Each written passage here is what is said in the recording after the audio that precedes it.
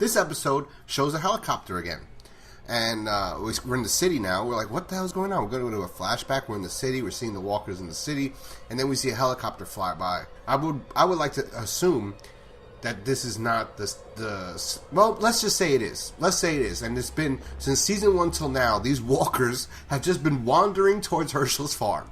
It's a little bit ridiculous if you think about it like that. But, hey, whatever. So that's where all those walkers came from. Because you're kind of wondering, like, how the fuck are all those walkers in the woods? Well, they follow that helicopter just like Rick.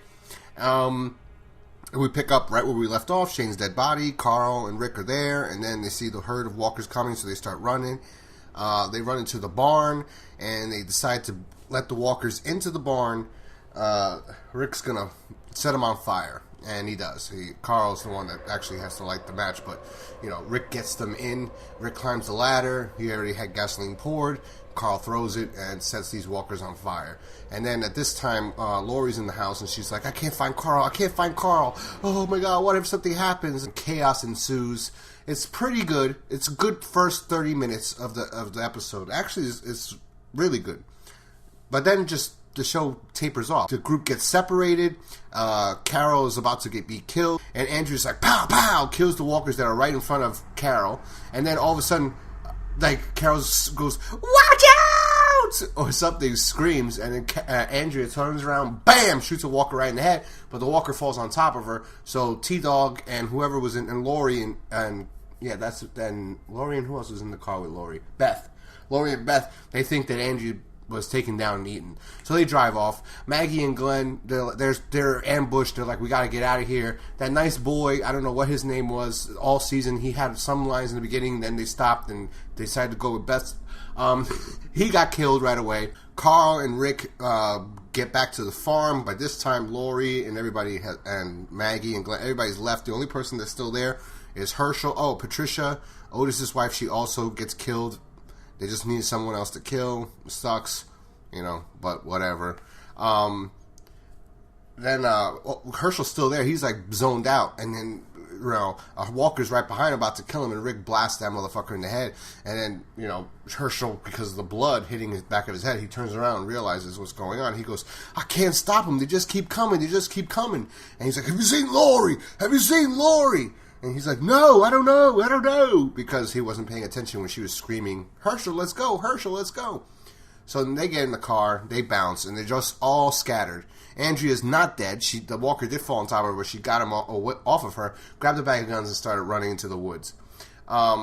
So all chaos is ensued, and the farm is gone. It's lost. It's forever gone. It's destroyed. Thank goodness, so we don't have to deal with this fucking shit anymore. But it's not that bad. The character development this season was much better than season 1. I have to admit.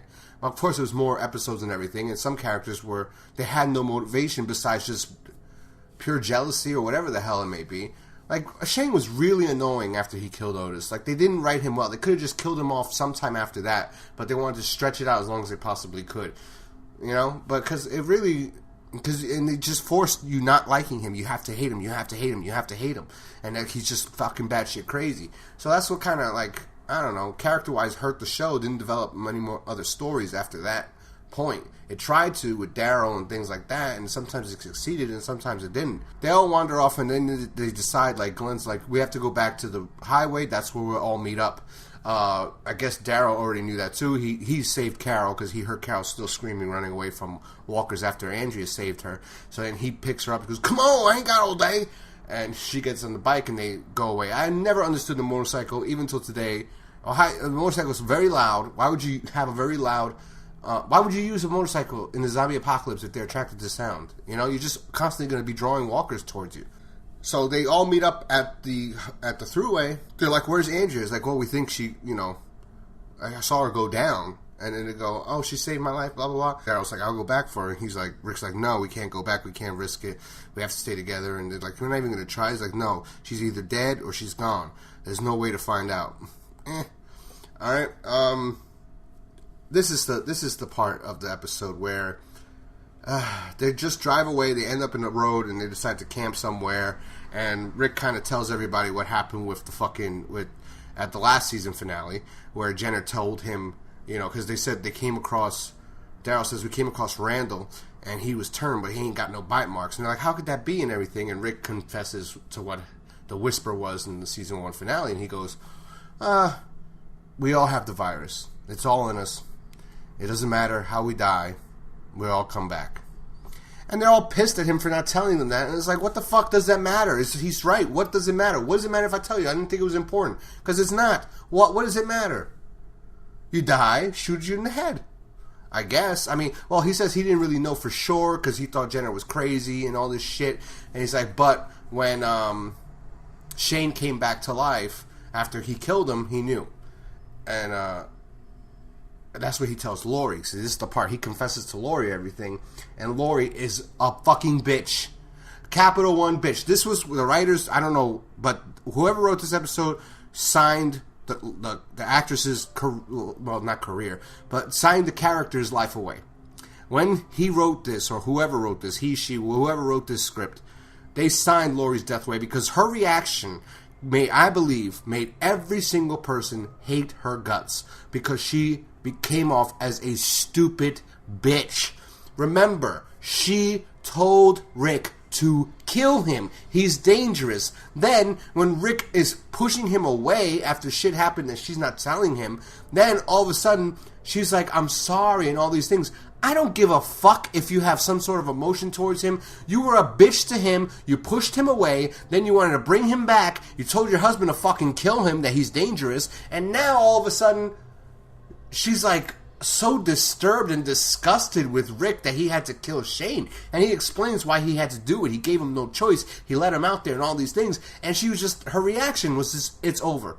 Everybody, I would assume, a lot of people when they saw this, they were like, what a fucking bitch. I don't know, I could be wrong. Let me know what you guys think about that particular reaction and that scene down below. At the same time, Andrea's running through the woods. She's killing walkers as much as she possibly can. Is also trying to get away from them because they're coming towards her in a herd. And she gets kind of ambushed. One of them is about to kill her. And this mysterious woman kills this walker. And Andrea looks up and she's shrouded in a hood. And she has 2 walkers on chains walking along with her. And it's Michonne. We're introduced to Michonne in this episode, but we don't know anything else besides that. And we cut back to the people on the road. They're camping outdoors at night, and then, Carol's talking shit. She's like, we can't trust him, blah, blah, blah. And Daryl's like, nah, Rick's done good by me. Maggie's also contemplating, like, we should go. And Herschel's like, don't be foolish. We don't have gas. We don't have food, or whatever. Like, believe in Rick. And Rick comes back and he gives a speech. He goes, you want to go? There's a door. Go out there. But you know what? I've done my best by you people. I've tried to keep you guys safe. I had to kill my best friend because of you. You saw how he was, how he put us all in danger, how he was. So he confesses. And he's also telling Lori the same thing. And Carl's crying because that's like his stepdaddy or whatever. And then he's like, but just know, if you don't go, if you don't walk out right now, and you stay here with me, there's no longer democracy. Like, we're no longer going to take votes and everything. What I say goes.